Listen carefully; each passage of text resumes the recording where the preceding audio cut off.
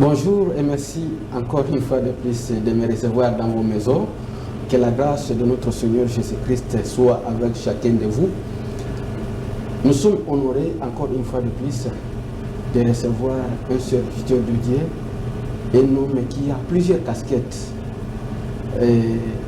J'espère que vous allez être bénis, non seulement par son parcours, mais surtout l'onction qui est sur lui, parce qu'il a et le sacerdoce et la royauté. C'est sa particularité. Il a les kimines. Chers fidèles téléspectateurs, je reçois pour vous le révérend Guy Wembo. Bonjour. Bonjour. Comment vous allez, papa? Très bien, par la grâce de Dieu. Nous sommes honorés de vous avoir sur notre plateau de Vers Patria Télévision. Et aujourd'hui, on a voulu recourir à vous par rapport à votre expertise. Mais avant d'aller dans le vif du sujet, j'aimerais que vous puissiez vous présenter à nos fidèles téléspectateurs, qu'ils puissent savoir qui est le révérend Guy Wembo. Merci beaucoup, c'est toujours difficile de se présenter. Je suis Guy Wembo Lombela, né à Kinshasa, de père et de mère. Et j'ai fait mes études primaires ici au collège Boboto et au secondaire au collège Boboto aussi. Et puis voilà, je suis allé à l'université, à la faculté des sciences économiques. Et en sortant de l'université, quelques années après, je veux rencontrer Christ. Et c'est à partir de là que je suis entré dans l'organisation et la prédication de la parole de Dieu. Je suis marié à Maître Elodie Mouzibirois et nous avons 6 enfants. Voilà. Merci beaucoup. Révérend Guy Wembo, vous avez plusieurs casquettes. Mais dorénavant, ce que vous êtes, c'est la conséquence logique d'un choix fait un jour, une décision prise un jour, celui de donner votre vie au Seigneur Jésus. Alors, étant donné que vous êtes modèle et que beaucoup déjà veulent être comme vous, c'est pourquoi je voulais revenir sur cette base qui est l'élément majeur déclencheur de ce que vous êtes aujourd'hui. Alors, est-ce qu'on peut savoir, et nos bien-aimés qui sont en train de suivre maintenant, voudraient savoir l'icône qui est révérend Guy Wembo, comment il a rencontré le Seigneur Jésus et quelle a été la réaction de son entourage lorsqu'il a donné sa vie au Seigneur Jésus? Bon, pour moi, la première rencontre avec Christ, ça date peut-être de 3e primaire, où j'étais conscient que Dieu m'a parlé de servir à la messe. Nous étions à l'école catholique, donc on a servi à la messe. Et puis vers les années de 15 ans, à l'âge de 15 ans, on a commencé à avoir des visions, des rêves, et dire des choses qui se complétaient. Mais très tard dans la vie, vers 27, 28 ans, nous avons maintenant pris conscience d'accepter Christ comme Seigneur et Sauveur. Et c'était un tournant, comme vous le dites, parce que non seulement à ce temps-là, j'avais déjà un diplôme universitaire, je travaillais, je donnais cours, et voilà, à ce temps-là, quand vous allez dans les choses de Dieu, on croit que tout est fini. Et vous n'allez être qu'à l'église, dormir et devenir misérable. C'est ce qui a peut-être fait peur des parents, des frères et sœurs autour de moi. Et aussi, comme tout le monde, à la conversion, nous avons un zèle. Et ce zèle-là peut déranger, et ça dérangeait aussi, où on n'arrête pas de parler de Christ, on n'arrête pas de parler de ce que vous êtes en train de vivre, et les autres vous rappellent ce que vous étiez hier.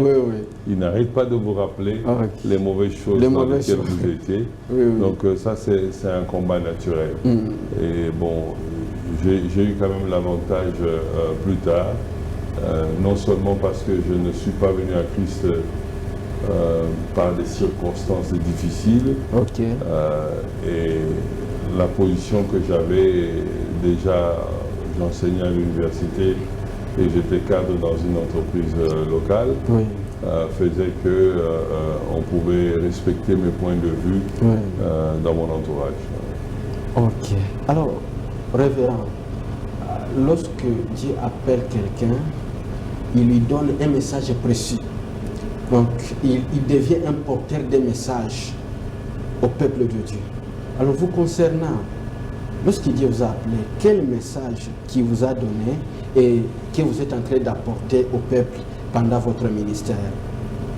Bon, je pense qu'il faut qu'on fasse une différence sur l'appel. Okay. Parce que tout chrétien d'abord est appelé par Dieu. Ça, c'est un appel général. Le livre de Matthieu au chapitre 28 parle de la grande commission. Jésus dit, allez, faites de toutes les nations mes disciples. Ça, c'est un appel général. Mais il y a aussi des appels particuliers qui vous font entrer dans le ministère. Vous savez, Moïse a rencontré Dieu, il lui a dit, va prendre mes enfants en Égypte et amène-les sur la terre promise. Vous avez Paul qui a rencontré Christ sur le chemin de Damas. Lui, il allait avec un sauf-conduit, un ordre pour maltraiter les chrétiens. Donc chacun rencontre Dieu comme Dieu le voudrait. Et là, ça devient des appels spécifiques. Et ce sont ces appels spécifiques qui amènent au ministère et à tout ce qu'on peut faire plus ou moins au niveau de l'Église et dans le corps de Christ. J'ai reçu l'appel collectif comme tout le monde de devenir chrétien, donc j'ai accepté. Je suis allé aux eaux de baptême et plus tard j'ai fait tout ce qui est affermissement et fusion du Saint-Esprit. Mais ce n'est qu'après que j'ai compris que Dieu m'appelait à son service. Et les gens qui étaient autour de moi, les pères spirituels, ceux qui m'ont vu grandir dans l'église, ont commencé à dire, ce garçon a un appel de Dieu. Et c'est à ce moment-là que je commence à me rendre compte où les choses que je voyais, les choses que j'entendais, les choses que je ressentais commençaient à faire un peu un sens.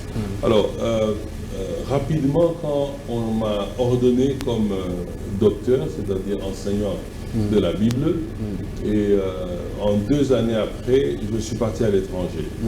Et quand je suis arrivé en Amérique, c'est là où j'ai réalisé vraiment l'appel, parce que je m'étais caché avec les limites, les barrières de la langue. Et le Seigneur a utilisé des personnes que je ne connais pas, de nationalité américaine, d'autres races. Un peu comme ça, vous êtes caché. Je me suis caché. Vous arrivez dans un pays, vous ne connaissez pas la langue. Vous êtes intimidé, vous allez à l'église, l'organisation est différente, tout est différent. Donc je reste à l'écart. J'ai dit, Seigneur, si ici je dois travailler, c'est toi qui dois me sortir de là. Et j'ai vu des gens venir me dire, monsieur, votre place n'est pas ici, c'est devant là-bas. Et là, le Seigneur a commencé à me parler. On a eu une discussion comme Moïse. Je disais à Dieu, je ne connais pas la langue. Je fais comment? Et le Seigneur me disait, je te donne tes mains, tu imposeras tes mains aux malades et les malades seront guéris.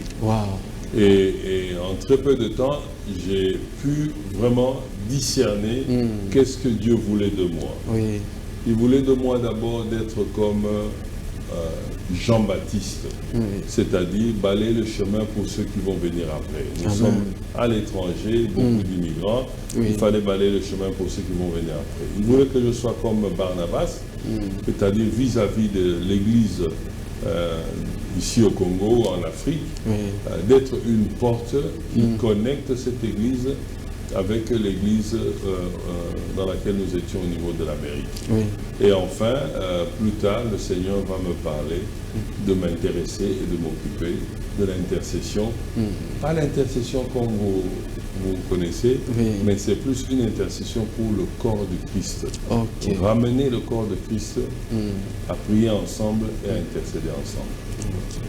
Alors, on voudrait savoir quelles sont les épreuves que vous avez connues dans ce parcours avec le Seigneur.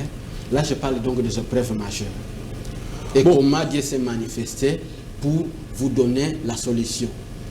Je pense que les épreuves, il y en a partout. En commençant par la Bible, on connaît, prenons le cas de Moïse, il doit sortir, il a toute la puissance, il a fait 10 miracles impossibles, et puis en sortant, il rencontre la mer qui est là, tout le monde panique pour qu'il traverse.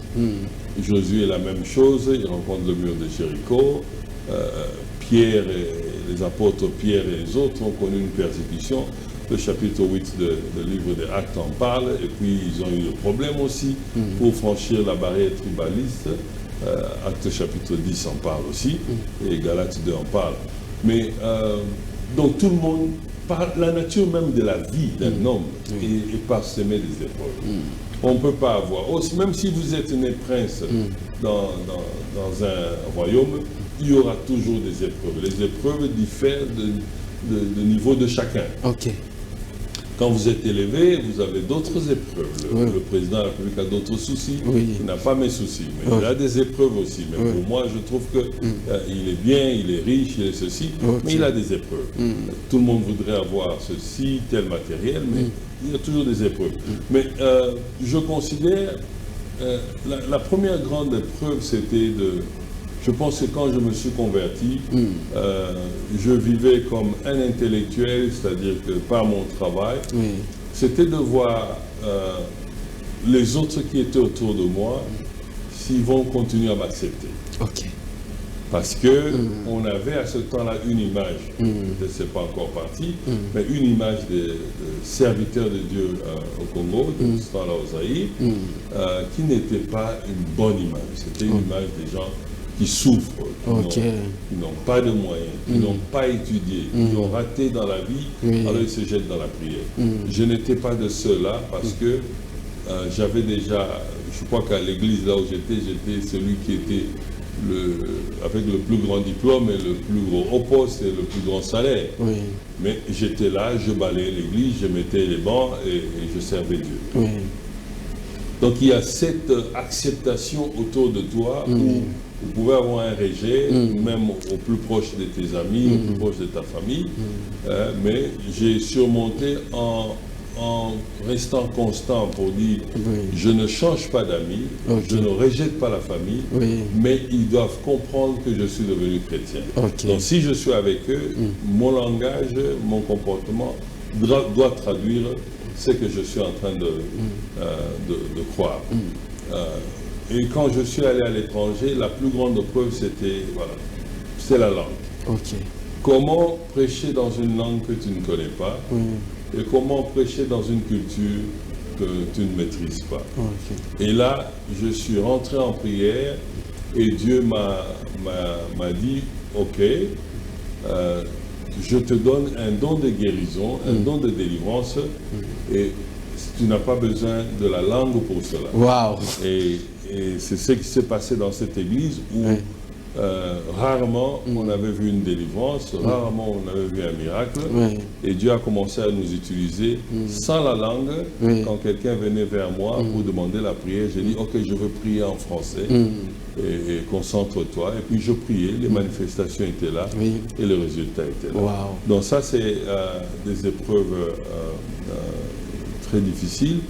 Évidemment, quand vous gérez une église ou quand vous gérez plusieurs églises, il y a beaucoup de difficultés. Vous savez, vous allez demander à tous les pasteurs, le souci n'est pas seulement de l'argent pour bâtir le bâtiment, mais c'est aussi de voir une personne qui a passé du temps avec vous, vous vous êtes sacrifié pour la personne, vous avez investi dans la personne, vous avez accompagné sa famille, vous avez baptisé sa famille, vous avez marié ses enfants, et puis un jour cette personne, sans une raison valable, vous tourne le dos et il ne se pointe plus à l'église. Et vous courez derrière lui pour dire qu'est-ce qui se passe. Il dit non pasteur, il n'y a rien. Nous sommes ensemble, je viendrai. Et puis les jours passent, il ne vient pas, et puis finalement vous ne le voyez plus. Ça fait mal. Ça fait mal parce que vous avez investi beaucoup en lui. Vous pouvez demander à n'importe quel pasteur, ça fait très mal de voir un fidèle ne plus revenir à l'église pour une raison qui n'est pas apparente, qui n'est pas valable. Oui, oui. Et ça, c'est une grande preuve pour que le pasteur continue à aimer les autres fidèles, continue à servir les autres fidèles tel qu'il a fait. Parce qu'on peut se dire, voilà, lui il a fait ça, donc si je continue, l'autre me fera aussi. On peut croiser les bras. Donc ça, c'est des situations très difficile dans la vie. Évidemment, en tant qu'humain, on a aussi d'autres difficultés, des épreuves de maladie. Et nous mettons la foi. J'ai été malade, où on ne trouvait pas la maladie. On ne trouvait pas la maladie. Et pendant 2 mois, j'étais alité. Et gloire à Dieu, parce qu'après 2 mois, j'ai eu un songe. Et dans ce songe, on me disait que l'ennemi avait réclamé mon âme, il voulait ma vie, mais Dieu m'a guéri. Et je me suis réveillé et je commençais à faire le travail. Et pendant ce temps, les frères priaient pour moi et intercédaient en ma faveur. Donc Dieu vous a fait revenir à la vie parce qu'il n'a pas encore fini avec vous. Moi, j'ai toujours considéré, même je peux vous le dire, que Dieu n'a pas encore fini avec moi. Je pense que le psalmiste parle de 70 ans pour ceux qui sont debout et 80 ans pour ceux qui sont robustes. C'est le nombre d'années qu'il a dit que nous allons vivre sur la terre. J'aimerais être au-delà de 80, donc je pense que Dieu n'a pas encore fini avec moi. Alors, le révérend, en regardant l'Église, je voulais que vous puissiez éclairer sur un point. Vous êtes celui qui a les sacerdoces et la royauté. Cela veut dire, vous travaillez et vous êtes serviteur de Dieu. Alors, j'aimerais que vous puissiez éclairer les serviteurs de Dieu par rapport au temps plein. Bon, je pense que c'est une mauvaise définition, je m'excuse de dire ça comme ça, de la notion de temps plein. Le temps plein ne veut pas dire que je quitte ma maison, je m'assieds à l'église de lundi à dimanche. Ok. Le temps plein veut dire que ce que nous faisons pour Dieu, nous le faisons pleinement. Ok. Mais nous avons quelques modèles dans la Bible. Si je ne me trompe, la Bible mentionne que Jésus a fait le travail de charpentier. Et l'apôtre Paul donne un exemple, il dit « Je n'ai pas voulu être une charge pour vous. » Oui, oui. Et je faisais mes tentes à côté pour essayer de me nourrir. Donc, il n'y a aucun problème de travailler et de servir Dieu. Au contraire, nous encourageons tous les chrétiens au travail parce que c'est par là que la personne peut s'épanouir d'abord pour prendre en charge sa famille et ses enfants. Et nous encourageons que pour les personnes qui ont déjà peut-être une église ou une assemblée d'une certaine taille, d'un certain revenu, peut-être de donner un peu plus de temps à la gestion de l'église. Parce que la gestion de l'église, c'est une ASBL. Et ça demande une organisation et quelqu'un peut travailler au niveau de l'ASBL. Mais fuir et se mettre dans un coin où on doit vivre seulement en demandant aux gens ou en amenant des messages de manipulation pour avoir un peu d'argent, je ne partage pas cela. Dès le début, quand le Seigneur m'a appelé, j'ai dit « Seigneur, je vais travailler et je vais te servir. » Et Dieu n'est pas contre cela, et Dieu a fait, parce que je peux le prouver, j'ai le témoignage, Dieu a fait que lui-même ouvre les portes d'emploi ou des opportunités, des affaires pour moi. C'est vraiment sans effort. Et je vois que Dieu veut cela. Mais en contrepartie, ce que je gagne dans ce travail, j'investis beaucoup dans l'œuvre de Dieu. Et c'est comme ça que nous devons voir. Parce que si le fidèle ne travaille pas, comment on aura les moyens pour bâtir la maison de Dieu? Mais j'aimerais que vous puissiez beaucoup épingler sur le serviteur. Je sais aussi, vous avez parlé beaucoup aux fidèles, mais là maintenant par rapport au ministre de Dieu. C'est la même chose, je suis ministre de Dieu. J'ai fait des études de sciences économiques et Je me suis beaucoup intéressé aux mathématiques, aux statistiques, c'est ce que j'aime. J'ai enseigné comme professeur de mathématiques et de statistiques à l'université, que ce soit au Congo, que ce soit en Amérique.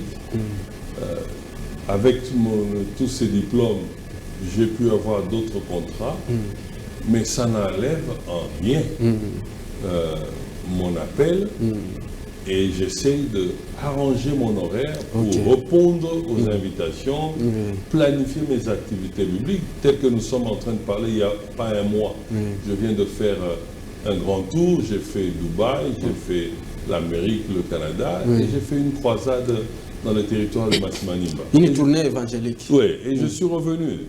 Je suis allé dans cette croisade à Masimanimba, dans le secteur de Kitoi, dans des conditions difficiles. Nous avons fait là-bas 4-5 jours. Je n'ai pas regardé si je suis directeur quelque part ou quoi. Non, j'ai fait mon travail de Dieu et Dieu a agi. On a bousculé les portes des ténèbres dans cette contrée. Les gens sont venus à Christ, ils ont accepté Christ. Et je rentre, je reprends mes horaires, j'ai le temps de travail. Voilà, je suis dans votre studio pour l'œuvre de Dieu. Donc j'arrange mon temps de travail et le temps de l'œuvre de Dieu. Maintenant, il y a des pasteurs qui ont fait que la théologie. Et qu'un diplôme de théologie ne peut pas les amener à avoir un travail en utilisant son diplôme. Ça, c'est un autre problème. Donc, ils sont appelés à travailler à l'église, parce qu'ici, il y a une différence. On doit faire une différence. Le titre que les gens portent et le poste qu'ils occupent à l'église, c'est deux choses différentes. Je prends le cas des assemblées de Dieu aux États-Unis, là où j'ai œuvré. Les postes au niveau de l'église, on dit, ce poste ici, c'est pasteur de la jeunesse. Comment on vient à ce poste-là? Tout le monde postule.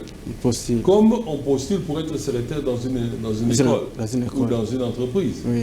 Et il y a un comité qui choisit la personne qui répond aux critères qui ont été réclamés.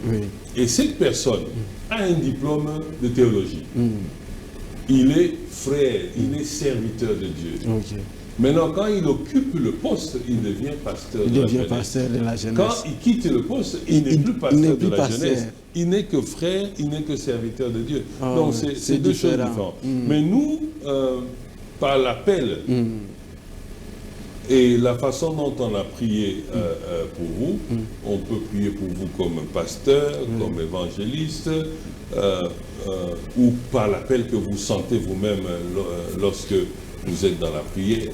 Donc, je pense qu'il y a moyen de se consacrer au travail de Dieu pour ceux qui ont la capacité de faire un autre travail. D'ailleurs, même les pasteurs que vous dites temps plein, ils font aussi quelques affaires à côté. Ils peuvent acheter une marchandise et revendre. Ils peuvent écrire un livre et vendre. Ils peuvent acheter un véhicule et vendre. Donc, le travail n'est pas seulement le travail comme à la fonction publique, mais le travail, c'est des activités qui nous permettent de générer un revenu en dehors de ce le travail qui est non apparent.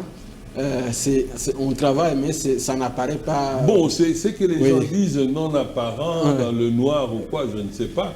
Mais ce n'est pas. C'est un travail. Si vous avez acheté un camion en tant que pasteur et vous envoyez ce camion aller prendre du foufou et revenir vendre, vous êtes en train de faire un travail. Vous faites un commerce. C'est un travail. Parce que vous donnez aussi un peu de temps pour faire la comptabilité de cette histoire, discuter avec le camionneur, ainsi de suite. Donc, c'est la même chose. Alors, révérend, on voudrait savoir, vous êtes, j'ai dit, vous avez le cumul, les sacerdotes et la royauté. Vous êtes un grand observateur de la société congolaise. Alors, on voudrait savoir, en observant le peuple congolais, parce qu'aujourd'hui, le peuple vient chez le pasteur, pas seulement pour la prière, parfois pour des besoins vitaux. Parfois pour des nécessités, parce qu'il en manque. Donc cela veut dire que d'une part, nos autorités n'ont pas fait assez pour les sociales du peuple. Parce que si les sociales étaient améliorées, on aura une autre église. On n'aura pas quelqu'un, des gens qui donnent des prophéties ou bien pour chercher de l'argent. Pourquoi? Parce qu'on aura une société qui est un peu différente de la société que nous avons aujourd'hui. Alors, en observant nos autorités, qu'est-ce que vous pouvez leur dire? Qu'est-ce qui doit être amélioré afin que demain qu'on ait une église différente? Bon, je pense qu'il faut faire un peu de nuance là. Vous allez en Amérique, pour le moment l'Amérique c'est le pays le plus puissant, ok, où on dit que c'est le pays assez riche, mais quand vous allez là-bas, vous trouvez les sans domicile fixe, les gens qui n'ont pas de logement et qui vivent dans la rue. Vous trouvez les gens faire les lignes devant les soupes populaires, devant les œuvres caritatives, là on distribue la nourriture et les habits. Donc ça existe partout. Je ne pense pas que le gouvernement pourra éradiquer tous ces problèmes. Mais ce qui est important, c'est le gouvernement ou le pays doit s'organiser pour que pas seulement le chrétien, mais le citoyen congolais puisse avoir le minimum. Que demande le citoyen congolais? Il demande la santé, il demande l'éducation, il demande le route, il demande le manger, c'est-à-dire un prix convenable pour qu'ils accèdent à cela. Ça, c'est le travail du gouvernement. Nous n'allons pas discuter de son travail, mais ils doivent le faire. Et nous, on va les accompagner dans la prière, dans l'éducation des jeunes. Est-ce que vous pouvez imaginer que si l'Église n'était pas là, combien de jeunes seront versés dans le groupe des Koulouna, par exemple? Et ce qu'on a à l'Église, retient encore certains jeunes. La masse, tous ces jeunes filles qui ont dit on ne fera pas la rue, on ne va pas faire ceci, mais nous allons croire en Christ. Et l'Église est en train de les encadrer. Et c'est normal que ces jeunes-là, ayant tourné la tête en famille ou dans la rue, ils ne trouvent rien, ils reviennent à l'Église pour dire voilà, j'ai un problème, j'ai un souci. Et l'Église, par son essence, comme c'est une charité, doit avoir un volet pour aider. Maintenant, bon, ça dépend du budget ou des proportions. On ne pourra pas aider tout le monde, mais on essaie d'aider. Je crois comprendre qu'ici à Kinshasa, il y a certaines églises qui ont des programmes, même si ce n'est pas trop grand, ils ont des programmes où ils font des partages de pain, ils visitent les malades, ils visitent les prisonniers, ils essayent d'aider. J'ai vu dans une église, on a aidé quelqu'un pour le loyer, on a aidé quelqu'un pour les études, et beaucoup de pasteurs, au niveau de leur église, aident même pour les frais de scolarité des jeunes de l'église. Donc c'est possible, peut-être qu'ils ne font pas de publicité, mais si vous fouillez, vous allez trouver que certains sont très avancés à cela, mais on ne pourra pas couvrir ou satisfaire tout le monde. Et c'est difficile. Et l'Église ne pourra pas remplacer le gouvernement. Ça sera difficile.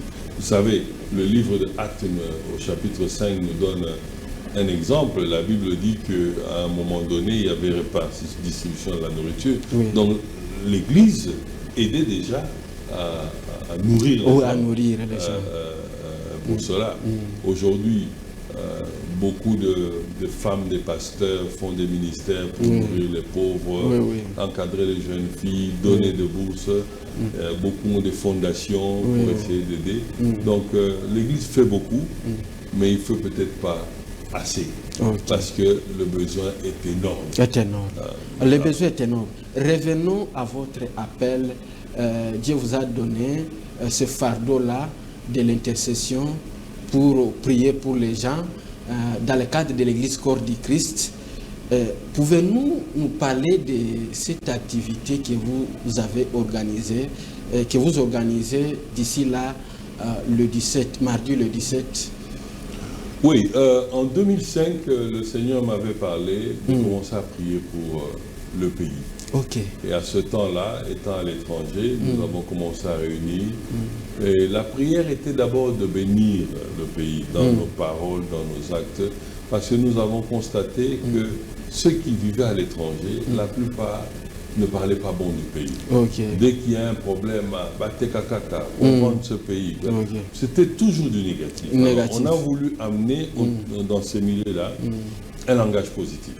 Et nous avons fonctionné avec cette conférence de prière, d'intercession pour la RDC pendant plusieurs années. Donc plusieurs années, vous avez fonctionné avec la conférence d'intercession, mais uniquement pour la RDC. La RDC, les pays voisins, on a fait la RDC avec nos voisins de l'Est et d'autres pays africains. Mais nous faisions ça au niveau des États-Unis. Maintenant, depuis que nous nous sommes réinstallés ici, l'année passée, nous avons relancé la conférence. Nous l'avons relancée timidement la première année. Et maintenant, nous avons ouvert un peu plus de portes à tout le monde pour cette année. Donc, mardi le 17 septembre, de 8h30 à 14h30, nous serons dans la salle de Aquasplash. Et nous allons prier. À quelle heure? De 8h30 à 14h30. Un peu d'exhortation, d'enseignement sur l'intercession, et nous entrons dans les prières d'intercession.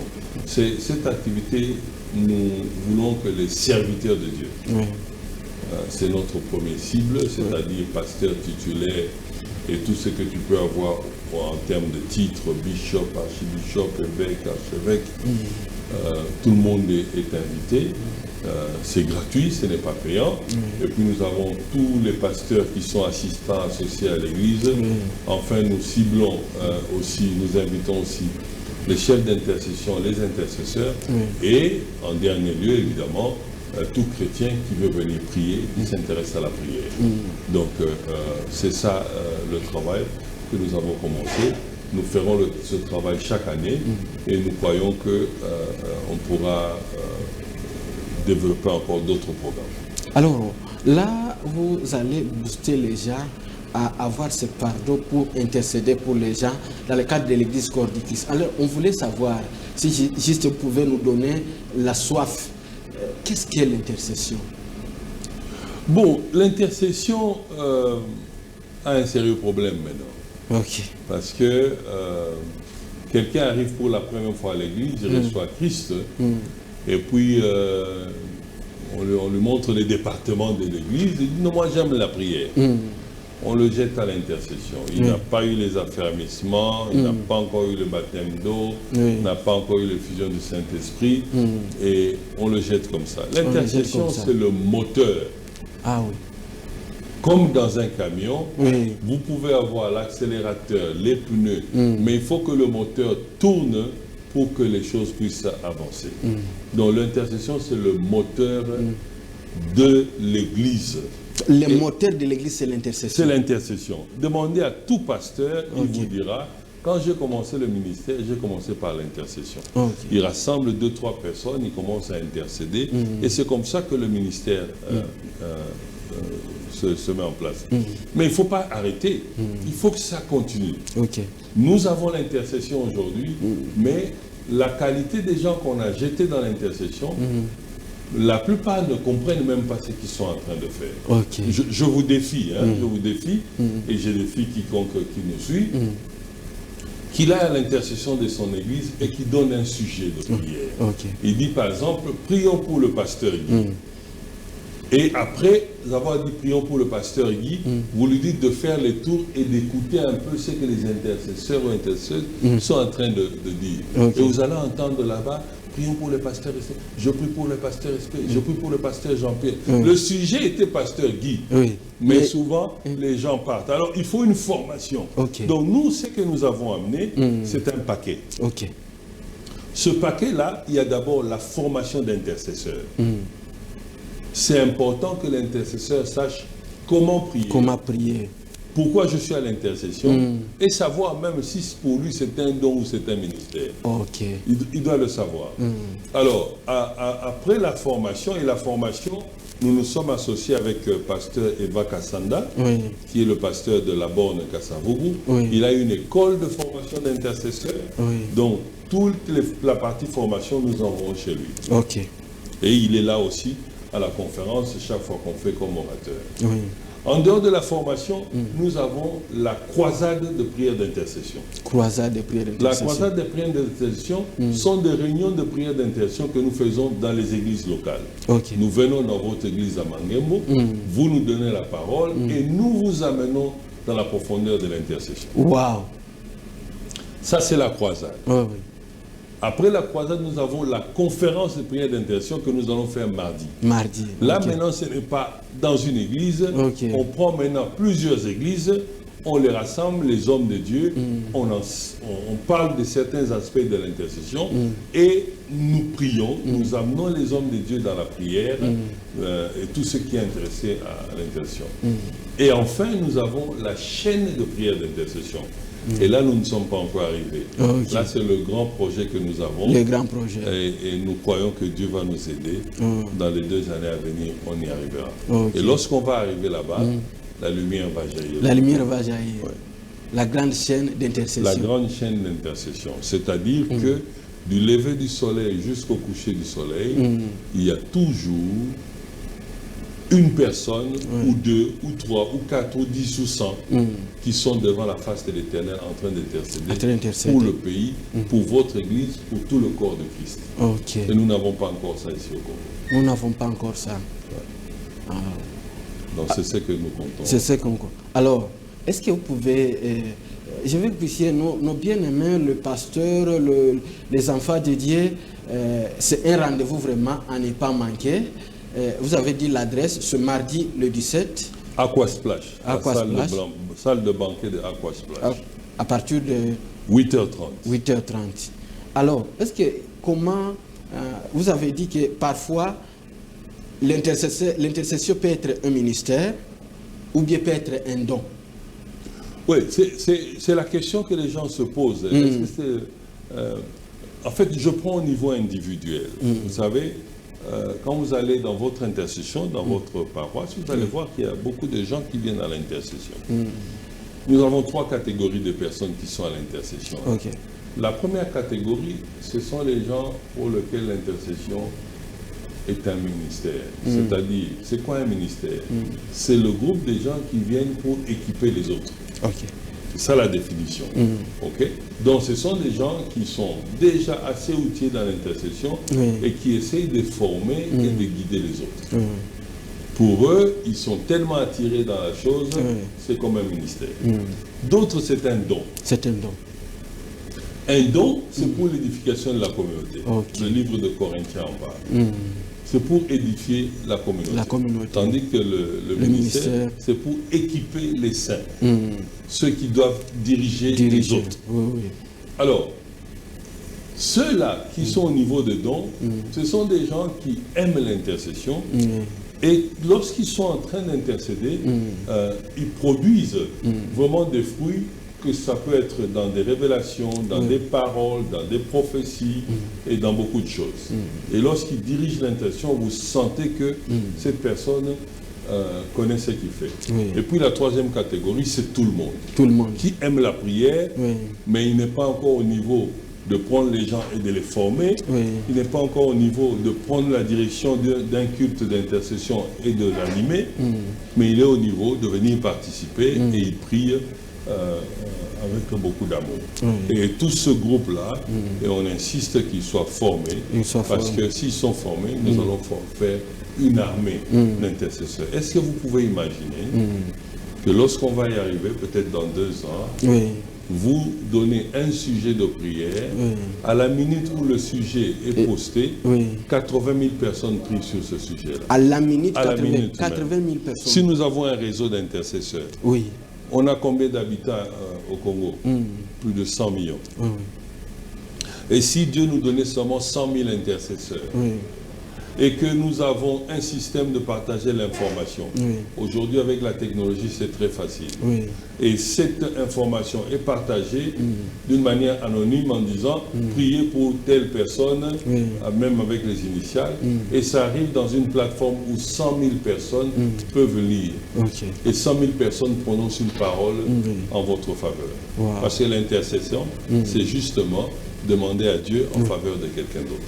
L'intercession, c'est demander à Dieu en faveur de quelqu'un d'autre. En faveur de quelqu'un d'autre. En faveur d'un individu, en faveur d'un groupe d'individus, en faveur même d'un lieu géographique. Alors maintenant, quel est l'avantage?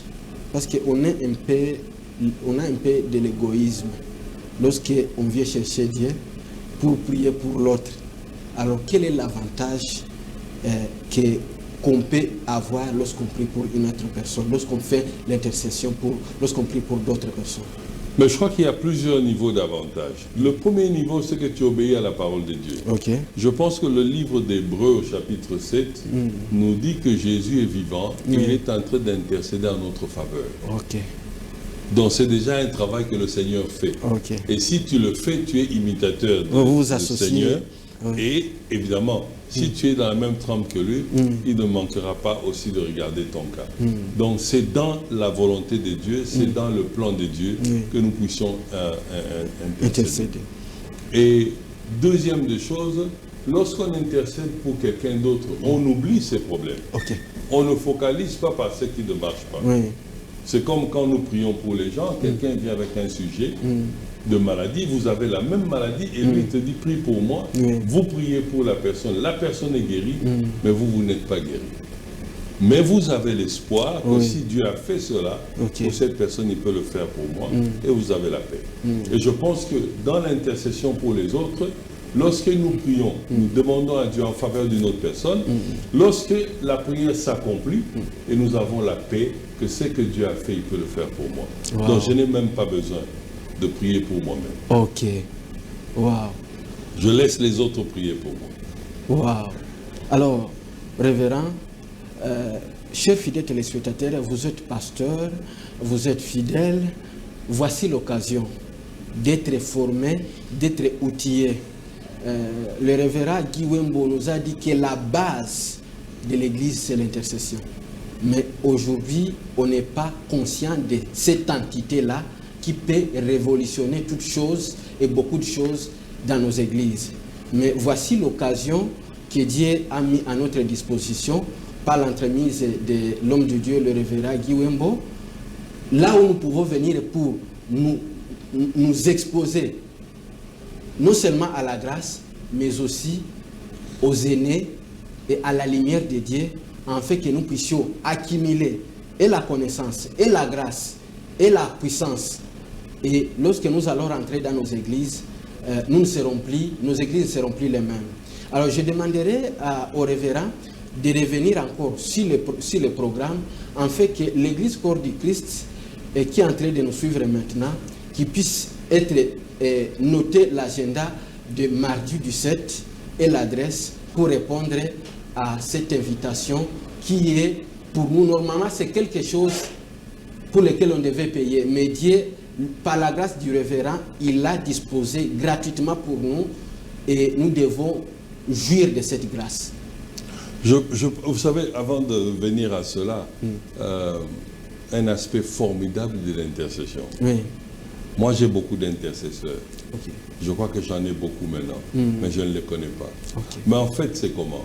Chaque fois que tu fais du bien à quelqu'un, il devient ton intercesseur. Wow. Parce qu'il va dire à Dieu, Seigneur, bénis Pasteur Guy. Oui. C'est ça l'intercession. Wow. Et en faisant du bien, je crée des intercesseurs. Oui. Et j'aimerais dire à quelqu'un qui nous suit maintenant, quel que soit là où vous êtes, ne terminez pas une journée sans faire du bien à quelqu'un. Wow. En faisant du bien, vous créez des intercesseurs en votre faveur. Wow.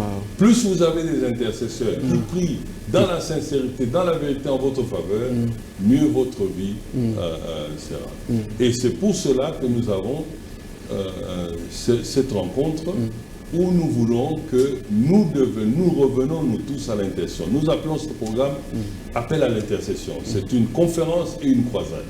Donc, un aspect d'enseignement sur l'intercession et un autre aspect de prière en profondeur dans l'intercession. Et nous invitons tout le monde, à commencer par les chefs d'église et tous ceux qui travaillent à l'église, ainsi que ceux qui aiment l'intercession et tous les fidèles, même ceux qui veulent connaître ou expérimenter l'intercession, ils sont les bienvenus. Et là, nous prions, pas pour nous, parce que l'intercession, c'est pour les autres. Et lorsque tu pries pour les autres, tu as aussi le bénéfice d'une réponse pour tes propres problèmes. Donc l'invitation est ouverte mardi 17 septembre à Aquasplash de 8h30 à 14h30. Révérend Guy Wembo, vous avez la grâce, les dons de la guérison exceptionnels. Et on ne peut pas vous laisser face à nos téléspectateurs qui sont malades, qui ne puissent pas jouir de ces dons, de la grâce qui est en vous. C'est pourquoi je demande à tous les amis qui sont malades de se réunir maintenant, parce que nous avons la grâce, nous avons les dons ici, afin que les révérends puissent prier pour vous et que la grâce qui a opéré avec lui partout aux États-Unis pour guérir les malades et partout au monde où il va, il impose les mains aux malades, ils sont guéris, il prie, il ouvre sa bouche, il a les mandats de Dieu dans sa bouche lorsqu'il parle pour la maladie s'arrête. Et j'aimerais que vous puissiez appeler celui qui est malade, toute personne qui, quelle que soit votre maladie, qui soit là maintenant parce que l'homme de Dieu va prier. Révérend, humblement, que votre grâce qui est dans votre vie puisse soulager nos bien-aimés qui sont malades, afin qu'ils puissent être guéris. Priez, écoutez le Saint-Esprit, prie selon l'orientation du Saint-Esprit. À vos révérends. Nous allons prier. Nous pensons que Dieu voudrait que nous tous nous soyons guéris. Quelle que soit la situation dans laquelle vous vous trouvez, la maladie, et comme cette maladie a un nom, et la Bible nous dit, tous les noms fléchissent au nom de Jésus-Christ. Dieu a mis dans sa parole, que nous appelons la Bible, beaucoup de témoignages de ce qu'il a fait avant vous, avant que nous nous rencontrions cet après-midi. Il a montré comment il a guéri les malades, il a montré comment il a ressuscité les morts, il a montré comment il a même parlé à la nature et tout lui a obéi. Alors, fort de cette foi-là, la foi que la femme qui avait l'écoulement de sang, elle est venue s'accrocher à la robe de Jésus. Et Jésus lui a dit, ta foi t'a sauvé. La foi que les aveugles sont venus vers Jésus. Et Jésus leur a dit, ta foi t'a sauvé. Maintenant, c'est ta foi vis-à-vis de ton Dieu, le Dieu que nous proclamons matin, midi, soir, le Dieu qui est monté sur la croix. Et il est écrit dans la parole de Dieu, sur la croix, il a amené toutes les ordonnances qui t'avaient condamné. L'ordonnance de la maladie, l'ordonnance de la malédiction, l'ordonnance de tout ce que tu peux avoir comme blocage. Il a amené là-bas et en public, il a vaincu le diable qui est représenté par tous ses acolytes, que ce soit les sorciers dans la famille, les satanistes dans ton entourage. Eux tous ont été traînés en public, vaincus sur la croix, pour que tu aies la guérison et pour que tu aies la délivrance. Alors, au nom de Jésus-Christ, n'importe quelle maladie qui peut être en toi, maintenant, je te déclare guéri par le nom de Jésus, et toi, par la foi que tu as en Jésus, reçois cette prière, parce que Dieu, il est le Dieu des miracles. Ce qu'on a défini comme mort, qui est l'extrémité de la maladie, il a vaincu cela. Il a ramené les gens à la vie. Et il peut, et il va le faire pour ta maladie.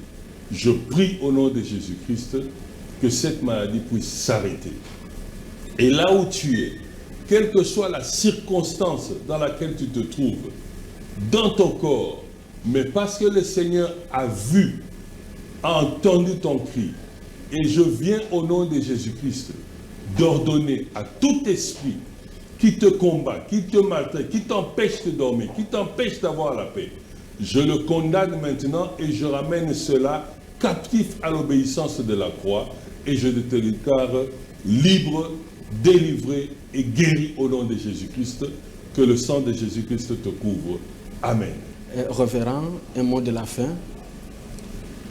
Très content de votre invitation. J'espère que ça ne sera pas la dernière fois. Oui. Et nous sommes très reconnaissants pour votre ministère et votre église, Mangembo, et surtout au pasteur, l'archevêque l'évêque Espérance Makadi pour tout le travail qu'il fait et nous sommes très reconnaissants parce que c'est un don de Dieu pour notre génération. Nous croyons que ceux qui nous ont suivis vont se rejoindre à ce mouvement d'intercession, de prière d'intercession avec nous. Ça ne va pas s'arrêter le mardi 17, mais ça va démarrer le mardi 17. Et nous encourageons tout celui qui a des questions d'entrer en contact avec nous pour continuer à échanger et à parler sur les aspects de la prière. Amen. Nous sommes honorés d'avoir reçu sur ce plateau un homme qui a plusieurs casquettes, un homme dont vos questions, vos suggestions au révérend Guy Wembo sont les bienvenues. Écrivez-nous juste sur les numéros affichés au bas de l'écran et que la grâce du Seigneur soit avec chacun de vous. Nous allons retrouver au prochain numéro. Bye bye.